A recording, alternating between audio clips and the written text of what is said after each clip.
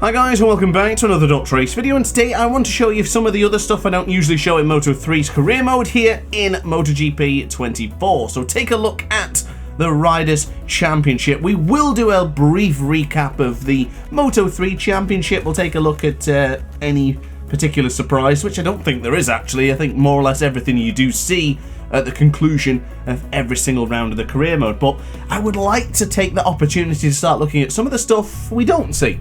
So let's take a look at the Moto2 Championship, MotoGP, and then have a look at some of the transfer rumours as well. Now I am recording this one before the update arrived.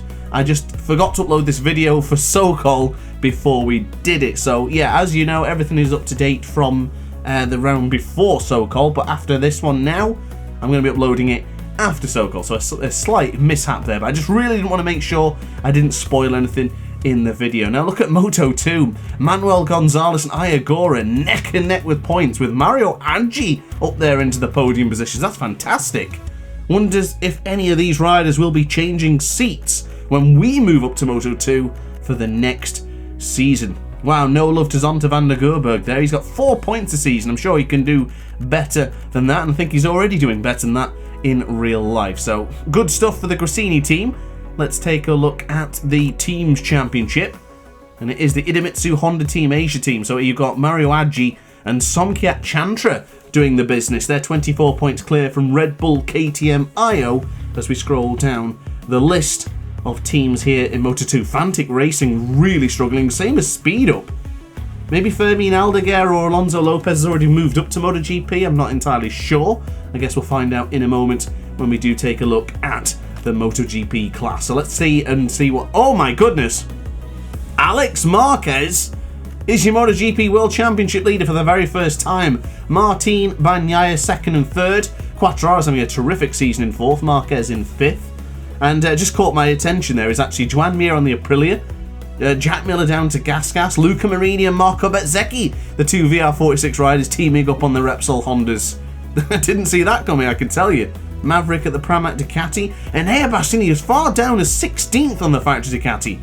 Aleix Espargaro 21st on the Aprilia, so a few surprises there, but one thing I did see is that there's not any Moto2 riders, so I'm guessing at the end of this season we should see some Moto2 riders up there fighting at the front, unless I've just missed it, but I'm not entirely sure. So yeah, things are looking interesting for the factory Ducati team. They're obviously behind the Gresini Ducati, which is the satellite, and even behind Jorge Martin as well, so that's very interesting. But let's take a look now at our particular statistics. And of course, we're having a cracking season. 6 races won, 10 podiums, and 5 pole positions. But that will be the end of our pole positions, because of course, every single race from now on, I will be starting from the back of the grid.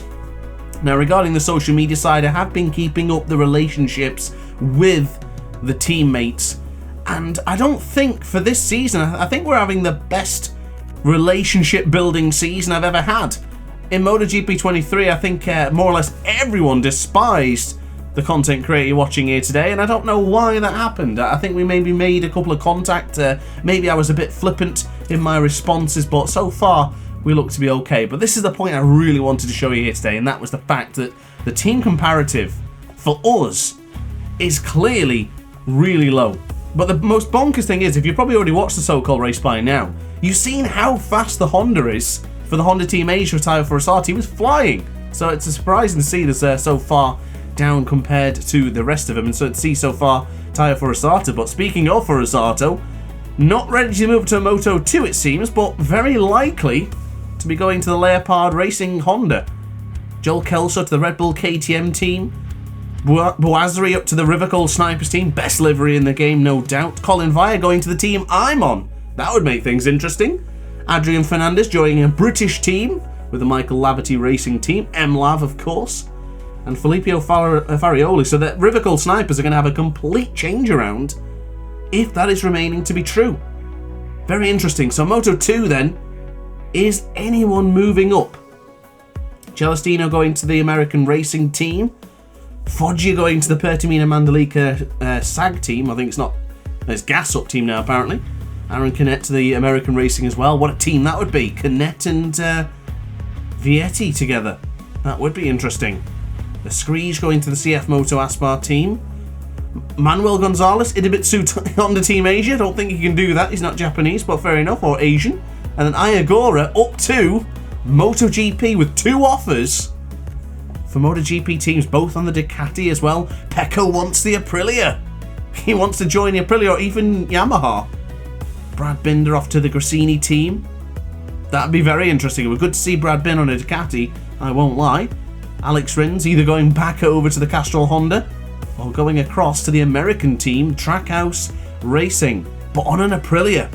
I would pay to see Alex Rins on Aprilia, I really would.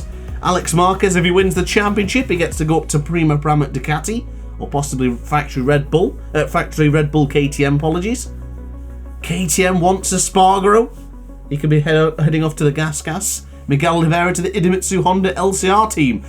Only worry about that is that where would Taka go? I hope as long as Taka doesn't go anywhere, I think I'm alright. But yeah, let's take a look at the social media. I mentioned this earlier. I was supposed to do this the other way around, but I've just remembered I needed to do it now. So I have been replying quite positively. I think there was a couple of times in there that I read the response and I thought, well, there's no benefit for just choosing the negative option. You might as well just always just respond politely. So I just did that. I wanted to try a different thing this year, but to respond politely to as many riders as possible, build up that relationship, build up that rapport, and see if it manipulates the deals we get for the next season. Now, I don't think I'll be staying in Moto3. It does seem a little bit too easy.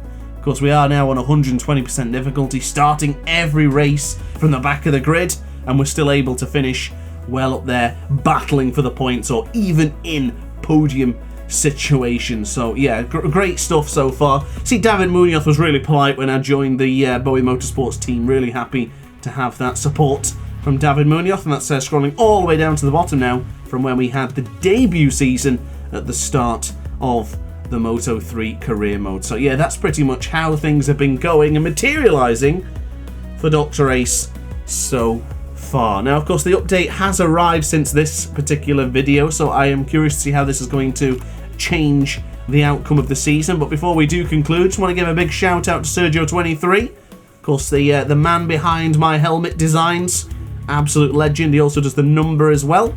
So big shout out to Sergio23. If you're looking for a helmet, he is your man. Head over to my Discord server if you're on PC and have a little look to see what he can offer you. Of course, here is the numbers he's made me as well. Just realised I didn't like them. Apologies, Sergio. I'll like them now.